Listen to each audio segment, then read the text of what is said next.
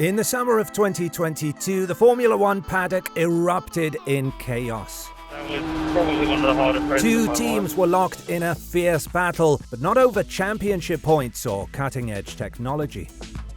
No, they were fighting over a driver, a young gun who hadn't even sat in an F1 car yet, and in fact, he had been out of racing for a whole year. His name? Oscar Piastri. An 8-time race winner was even fired so that this young kid could take his place. This left many wondering, what could be so special about this kid that McLaren would risk it all? Will he even deliver? Fast forward 2 years and those doubts have been emphatically answered. Piastri hasn't just lived up to the hype, he's blown it out of the water. This young Australian possesses certain traits that make him not just a rising star, but a supernova in the making. What are these traits? We will dig deeper in this video. Trust me, after this, you'll never watch him race the same way again. Oscar Piastri burst onto the single-seater racing scene in 2016, making quite a splash. At just 15, he jumped into Formula 4, showing everyone he was ready for the big leagues. Formula 4 is like the first step on a very tall ladder in motorsport, and Oscar was already climbing fast.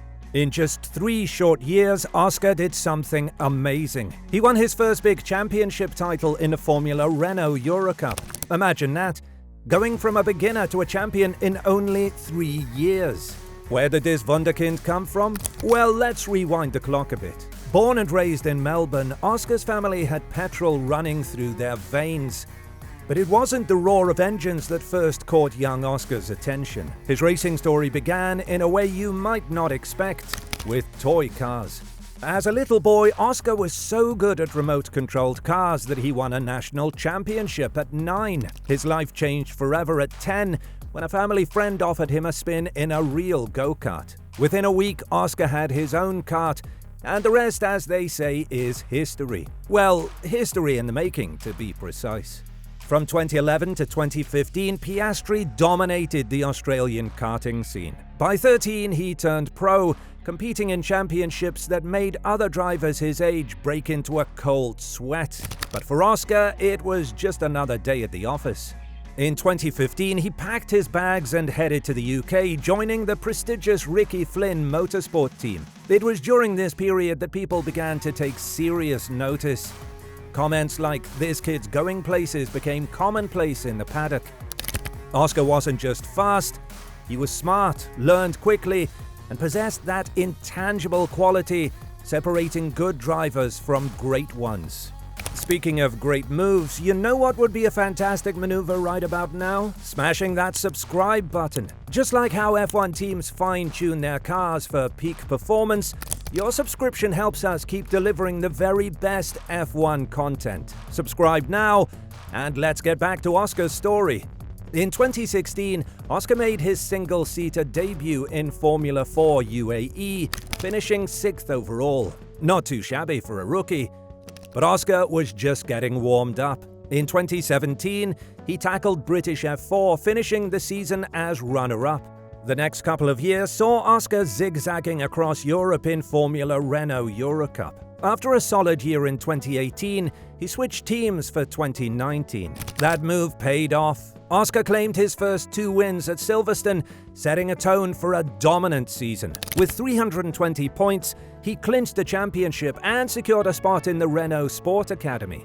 But Oscar wasn't done. In 2020, he leaped to FIA Formula 3 with Prema Racing. Did he falter? Not at all. Oscar kicked off with a win at the Red Bull Ring, followed by 5 more podiums. Despite a nail-biting finale, his consistent performance crowned him the 2020 FIA F3 champion.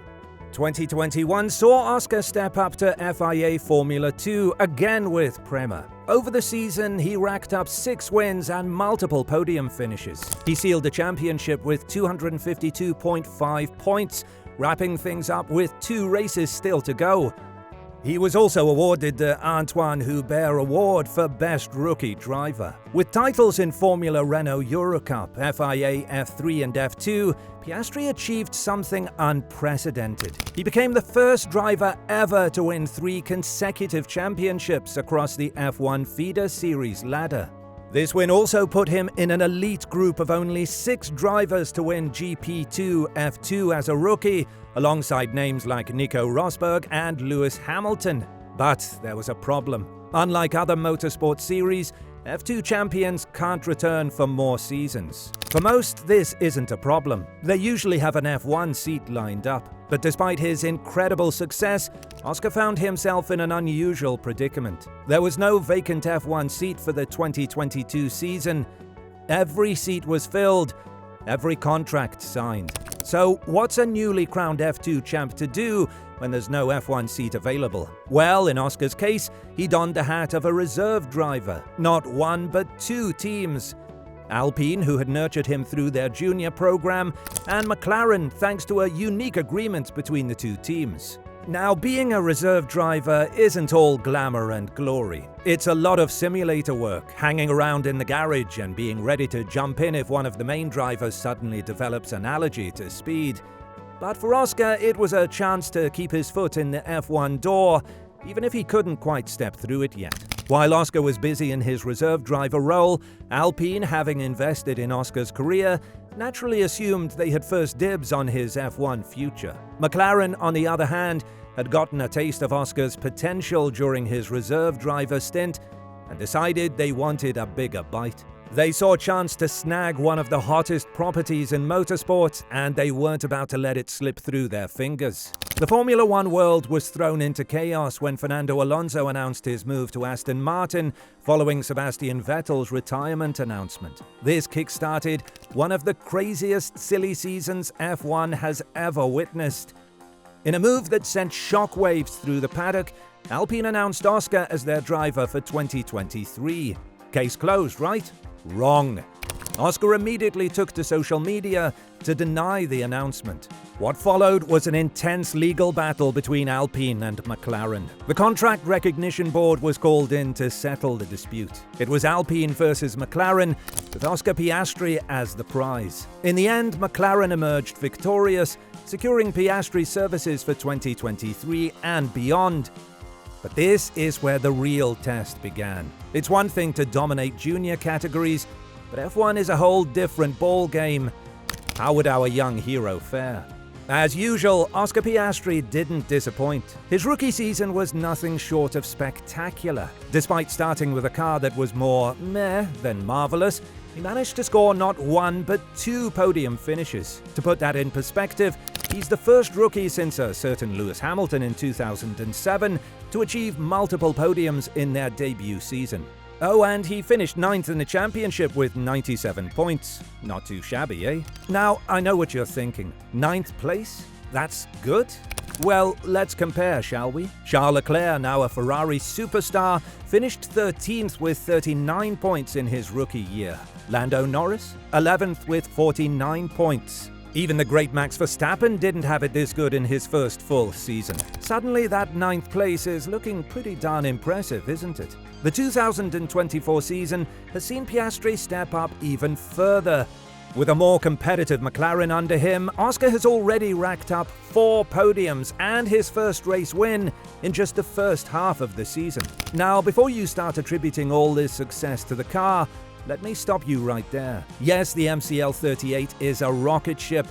There's something special about the man behind the wheel, and that's what we're here to uncover. So what makes Oscar Piastri so good? First up, let's talk about Oscar's attitude. In a sport known for its high-strung personalities and occasional temper tantrums, Oscar is a breath of fresh air. He's calm, collected, and considerate in his speech. But don't mistake his composure for a lack of intensity. No. Oscar is the embodiment of what you might recall relaxed intensity, a trait he shares with the likes of Max Verstappen. But here's where it gets interesting. Unlike Max, who's been known to unleash the occasional verbal tirade over team radio, Oscar keeps his cool, even under pressure. Now, will this change as he faces more high-stakes scenarios? Only time will tell. But for now, McLaren is reveling in having a driver who doesn't get frustrated by the small stuff. McLaren engineers have been amazed by what they call his internal delta, a built-in ability to recognize where he can improve without waiting for input from the team. Team boss Andrea Stella calls it an ability to cash in on opportunities to improve.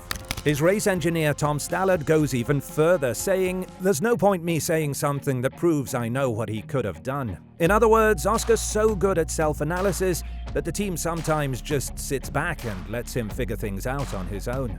Now let's get technical for a moment. Oscar's natural driving style seems to favor attacking the entry of corners and carrying good speed through them. Sound simple? It's not. It requires an incredibly fine balance between braking and steering, especially in a car as temperamental as an F1 machine.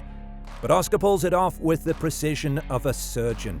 He's particularly strong in high-speed corners, a trait that was on full display during his stellar performance at the Belgian Grand Prix. But don't think for a moment that he's a one-trick pony. Oscar's been putting in the work to master slower corners too, adapting to the peculiarities of the McLaren car with remarkable speed. But wait, there's more. Oscar's ability to adapt is nothing short of phenomenal. In a sport where milliseconds can mean the difference between victory and defeat, his capacity to adjust his driving style on the fly is a game changer. Think about it this way. Most drivers have a preferred driving style, a comfort zone they like to stay in. But Oscar, he's like a chameleon behind the wheel. As he puts it, you can have a certain driving style, but if the car doesn't require that, then it's useless. It's this adaptability that's allowed him to excel in every category he's raced in, from Formula Renault to F1. So how does he compare to his teammate Lando Norris? Now, Norris is no slouch. He's widely regarded as one of the best drivers on the grid. However, Piastri is giving Norris a run for his money. So what's next for Oscar Piastri? Well, that's the million-dollar question, isn't it? Will he continue his upward trajectory and challenge for championships? Will he become the next great Australian F1 champion, following in the footsteps of Jack Brabham and Alan Jones? Let me know what you think in the comments section. But as for me, I can't help but feel we're witnessing the birth of F1's next superstar.